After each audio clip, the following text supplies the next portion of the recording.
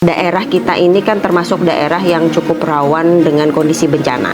Salah satunya adalah banjir. Fungsi dari drainase kita belum optimal, ya.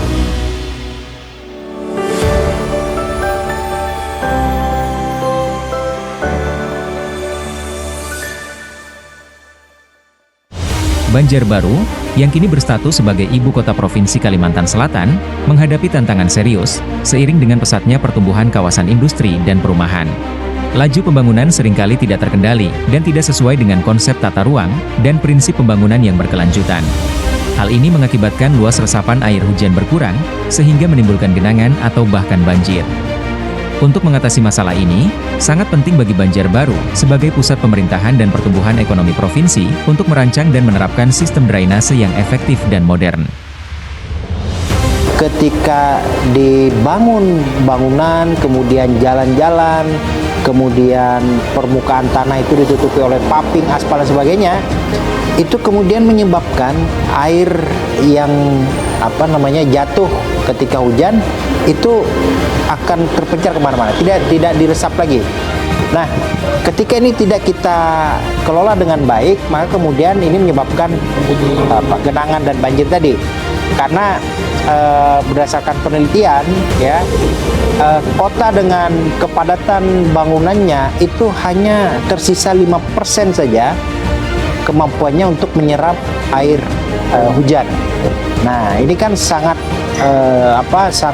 kemudian membutuhkan wadah yang besar untuk menampung air itu. Maka kemudian kita harus berbicara bagaimana kita mengelola air ini dari hulu sampai hilirnya dengan sistem drainase. Hulunya itu mulai dari bangunan, lalu kemudian ke drainase, hilirnya adalah ke sungai.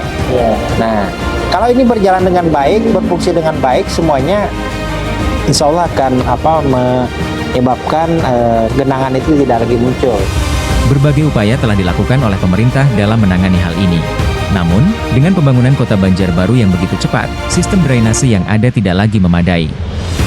Nah, memang sejauh ini kita baru sampai pengadaan, ya, penyelenggaraan tadi. Jadi yang penting kita mengadakan sistem drainase kita tidak pernah betul-betul memperhatikan bagaimana kemudian drainase itu apakah berfungsi dengan baik, ya, kemudian kapasitasnya itu sesuai atau tidak. Buktinya apa? Buktinya ketika hujan lebat di beberapa wilayah masih ada genangan-genangan. Nah, itu artinya fungsi dari drainase kita belum optimal, gitu ya. Melihat permasalahan ini, DPRD Kota Banjarbaru berinisiatif menyusun rancangan peraturan daerah atau Raperda tentang pengelolaan sistem drainase perkotaan. Alasan kemudian kita, DPRD Kota Banjarbaru, menginisiasi perda untuk pengelolaan sistem drainase perkotaan ini karena memang daerah kita ini kan termasuk daerah yang cukup rawan dengan kondisi bencana. Salah satunya adalah banjir. Nah, sehingga kemudian hasil dari master plan penanganan banjir kita di 2023 itu adalah bagaimana kemudian kita memperbaiki sistem drainase kita agar kemudian aliran air itu bisa maksimal dan kemudian tidak terhambat. Oleh karenanya ini menjadi salah satu alasan kenapa kita di tahun ini menyelesaikan perda terkait pengelolaan sistem drainase perkotaan.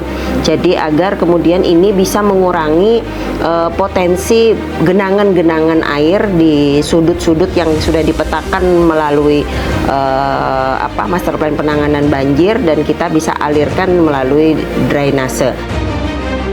Kalau kami setuju berkaitan perda drainase itu, paling tidak itu sebagai jalan kita untuk mitigasi bencana, mitigasi banjir yang ada di kota Banjarbaru, sehingga Banjarbaru berkaitan masalah bencana ini bisa lebih tertangani, begitu.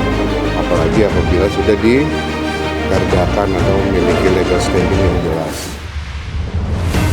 Penyusunan Raperda pengelolaan sistem drainase perkotaan merupakan bentuk upaya pemerintah dalam mewujudkan lingkungan hidup yang baik dan sehat bagi masyarakat Banjarbaru.